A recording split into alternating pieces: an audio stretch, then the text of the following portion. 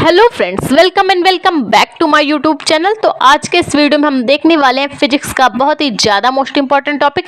तो हमने क्या किया, चुंबकीय क्षेत्र स्टार्ट किया हुआ है, ठीक है। तो ये उसी का फर्स्ट टॉपिक हो चुका है, चुंबकीय क्षेत्र क्या होता है। तो सेकंड है कि चुंबकीय क्षेत्र की तीव्रता क्या होती है। तो तीव्रता के बारे में बात करेंगे कि चुंबकीय क्षेत्र की तीव्रता क्या होती है। तो सबसे पहले इसकी डेफिनेशन की बात करें तो डेफिनेशन इसकी क्या होती है कि चुंबकीय क्षेत्र में रखा उत्तरी ध्रुव, चुंबकीय क्षेत्र में अगर हम किसी भी उत्तरी ध्रुव को रख दें, भाई कोई चुंबक होता है उसके दो ध्रुव होते हैं, नॉर्थ और साउथ। तो अगर चुंबकीय क्षेत्र में रखा उत्तरी ध्रुव जितने बल का अनुभव करता है उसी को क्या कहते हैं, चुंबकीय क्षेत्र की तीव्रता कहते हैं। अभी ये डेफिनेशन आपको नहीं समझ में आएगी, फिगर से समझेंगे तो ज्यादा अच्छे से समझ में आएगी। तो हमने क्या किया है, एक चुंबक रखा है, ठीक है। एक बाह्य क्षेत्र में एक चुंबक रखा है जो अपने चारों ओर क्या करता है, चुंबकीय क्षेत्र आरोपित करता है। तो हम क्या करते हैं, डेफिनेशन आपकी बोल रही है चुंबकीय क्षेत्र में रखा उत्तरी ध्रुव, तो इसके समीप हम क्या लेके आए, एक अन्य चुंबक लेके आए। भाई एक दंड चुंबक रखा है जिसमें साउथ और नॉर्थ ध्रुव है, दक्षिणी और उत्तरी ध्रुव। तो उसके समीप हम क्या लेके आए, एक अन्य चुंबक लेके आए जिसका जो उत्तरी ध्रुव होगा, नॉर्थ वाला, भाई साउथ के दंड चुंबक रखा है, साउथ वाले के साइड हम क्या करें, किसी अन्य चुंबक का उत्तरी ध्रुव लेके आए, ठीक है।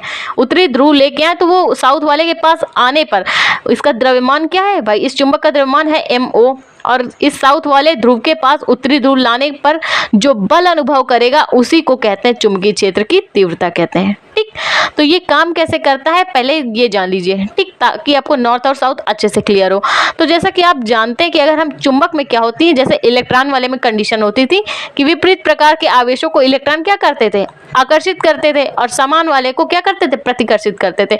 वैसा ही चुंबक में होता है, अगर हम दक्षिणी ध्रुव को पास में लेके आएंगे दो चुंबकों के, तो क्या होगा, प्रतिकर्षित करेंगे। लेकिन और नॉर्थ मतलब उत्तरी ध्रुव को लेके आएंगे तो भी प्रतिकर्षण होगा। लेकिन अगर हम क्या करें, भाई ध्रुव बदल दें, एक नॉर्थ हो एक साउथ हो, तो इनके बीच में क्या होगा, अट्रैक्शन होगा, अपनी ओर खींचेंगे।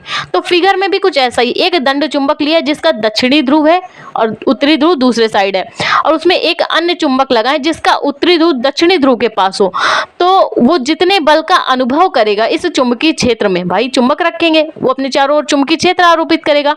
और रखे हुए चुंबक में क्या है, साउथ वाला ध्रुव यानी दक्षिणी ध्रुव रखा हुआ है, उसी में हम एक अन्य चुंबक लेके आए जिसका उत्तरी ध्रुव साउथ वाले के पास जितने बल का अनुभव करेगा उसे चुंबकीय क्षेत्र की तीव्रता कहते हैं। इसे B से व्यक्त करते हैं। माना चुंबकीय क्षेत्र में जो उत्तरी ध्रुव रखा हुआ है, अन्य चुंबक का उत्तरी ध्रुव है ना भाई, नॉर्थ वाला, ये उत्तरी ध्रुव जितने बल का अनुभव कर रहा है यानी लगने वाला जो बल F है, तो चुंबकीय क्षेत्र की तीव्रता क्या हो जाएगी, भाई इसे हम B से व्यक्त कर रहे थे।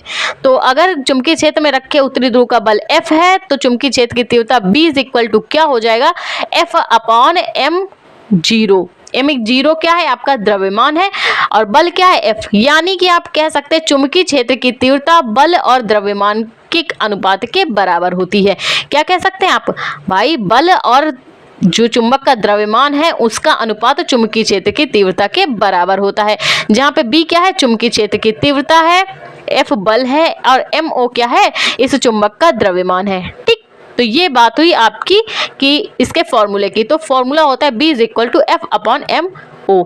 अब मात्रक की बात करें कि चुंबकीय क्षेत्र की तीव्रता का मात्रक क्या होता है, तो इसका मात्रक होता है वेबर प्रति मीटर स्क्वायर। इसका मात्रक क्या होता है, वेबर प्रति मीटर स्क्वायर या टेस्ला होता है।